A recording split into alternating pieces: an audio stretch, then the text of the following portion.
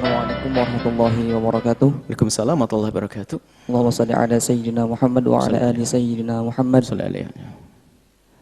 Afwan Buya, seperti yang disampaikan bahwasannya kita itu wajib taat kepada pemimpin kita selama pemimpin kita itu tidak melanggar syariat dan tidak zalim. Pertanyaannya bagaimana mengenai peraturan membayar pajak, Bu? Karena yang kita tahu sebagai kita umat Islam sudah diwajibkan namanya zakat. Dan bagaimana kita juga dituntut di Indonesia ini untuk membayar pajak. Syukran. Wassalamualaikum warahmatullahi wabarakatuh. Waalaikumsalam warahmatullahi wabarakatuh. Ini adalah PR besar dari para ulama yang dekat dengan para umara untuk menyelesaikan pajak di kalangan kaum muslimin. Di dalam bernegara ada kewajiban beragama dan ada kewajiban bernegara. Jika seorang muslim dalam negara Islam, maka kewajiban beragama sekaligus kewajiban bernegara. Tapi orang non-muslim yang hidup di kalangan kaum muslimin, maka dia punya kewajiban bernegara, bukan beragama. Sehingga ada di dalam Islam, kalau di bawah naungan kaum muslimin, seorang muslim membayar zakat. Kemudian orang kafir membayar jizyah. Seimbang. Mereka punya kewajiban bernegara, membayar jizyah. Jizyah dengan diterjemahkan upeti, pemerasan seperti terjadi pada raja-raja kuno dulu, tidak. Jizyah di dalam Islam sangat adil dan indah. Artinya, hei kamu non-muslim, ini orang Islam membayar zakat untuk mengangkat yang lainnya. Kamu tinggal di wilayah kaum muslimin, kamu bayar apa? Zakat? Enggak ada zakat bagi kamu orang non-muslim. Lalu saya bayar apa? Bayarmu adalah jizyah. Jizyah bukan diskriminasi, tidak. Jizyah bukan kewajiban dia. Karena dia telah hidup bersama kaum muslimin, dilindungi, lihat, hartanya dijaga, kan begitu. Keamanannya dijaga, maka dia membayar namanya jizyah. Dan antara jizyah dengan zakat, sangat ringan jizyah. Seorang khalifah atau presiden tidak bisa membatalkan zakat. Misalnya apa? Bapak, kamu kaya, dalam tahun ini saya bebaskan kamu dari bayar zakat. Nggak ada. Selagi secara hukum ditentukan wajib bayar zakat, wajib bayar zakat. Tapi urusan jizyah lebih ringan.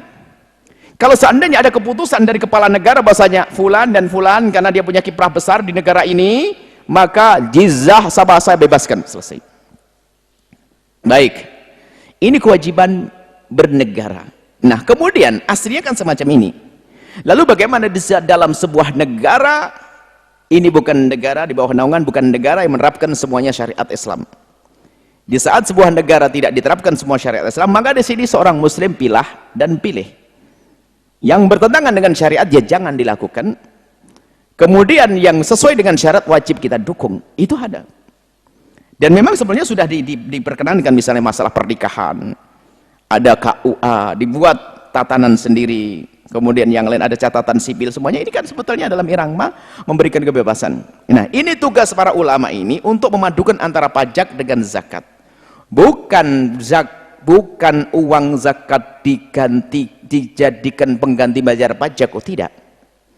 Akan tetapi hendaknya nanti barangkali didengar ini oleh para pejabat-pejabat pemerintah, kalau ingin pahalanya mengalir terus sampai nanti mati terus mengalir, hendaknya betul-betul dikukuhkan bahwa siapapun dari kaum muslimin yang sudah membayar zakat dari usahanya, mereka tidak perlu membayar pajak.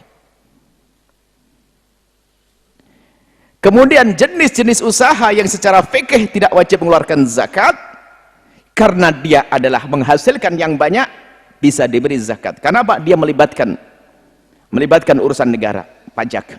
Semestinya itu. Ini ada tugas PR besar pemerintah. Karena ini, maka harus ada sumbangsih kepada negara. Kemudian pada zaman Khalifah Umar, pernah Khalifah Umar itu meminta kepada rakyat selain daripada zakat karena untuk kepentingan. Akhirnya menjadi kewajiban bernegara.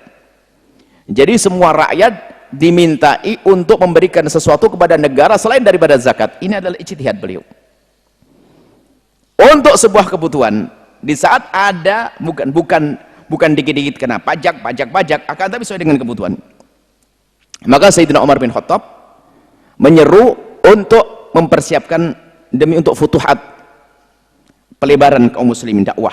Maka karena mendesak waktu itu semua orang, bukan urusan zakat, zakat sudah ada sendiri, maka disinilah ini sebagai kisah yang jadi dasar sebuah negara bisa meminta kepada rakyat selain daripada zakat untuk kepentingan negara. Tentunya ada aturan-aturannya di sini, bukan berlebihan dikit-dikit kepotong pajak. Artinya masih ada celah kemungkinan bahwasanya seorang kaya bukan hanya membayar zakat, tapi harus membayar sesuatu untuk kepentingan negara. Nah, setelah itu kepentingan negara ini harus jelas gimana penyalurannya, siapa yang menggunakannya, untuk apa, harus jelas di sini. Maka pajak kalau diatur dengan benar, ada komunikasi antara para ulama dengan perpajakan, ini akan jadi indah. Ini semuanya akan jadi indah, sebab masraf zakat bukan masraf pajak, beda. Zakat digunakan untuk apa? Zakat digunakan untuk masraf yang tamaniyah tadi, 8 asnaf. Tapi kalau pajak bisa saja untuk kepentingan ini semuanya. Artinya pajak kalau sudah ditata rapi, pemerintah melihat kepentingan seperti apa, kemudian juga rambu-rambunya jelas, penggunaannya jelas, maka menjadi sesuatu yang sah nanti pada akhirnya. Jadi negara boleh, ini kewajiban bernegara, negara boleh meminta kepada rakyatnya, tentunya dengan aturan ini, ayat sudah tercukupi, rakyat yang begini, untuk kepentingan negara, kemajuan negara ini adalah sah. Tapi kalau sudah dikit-dikit kena pangkas, nanti masuk wilayah zalim, wilayah kezaliman dari sebuah kerajaan, raja yang zalim, nerakanya paling dalam. Sudah begitu, setelah dikumpulkan, disalahgunakan, nggak jadi ini, nggak jadi itu, tapi masuk sakunya sebagian orang, misalnya, wah ini lebih jahat lagi, double jahatnya. Seperti itu di masalah perpajakan. Jadi Anda sebagai seorang muslim patuhlah dengan kewajiban beragama terlebih dahulu. Kalau urusannya karena negara kita semacam ini, maka kewajiban bernegara yang harus Anda bayar, Anda harus paham makna ini, tujuannya untuk membantu yang lainnya, memakmurkan negara dan sebagainya. Biarpun yang sesungguhnya, kalau di dalam Islam yang sudah bayar zakat sudah cukup, kecuali bab sukarela.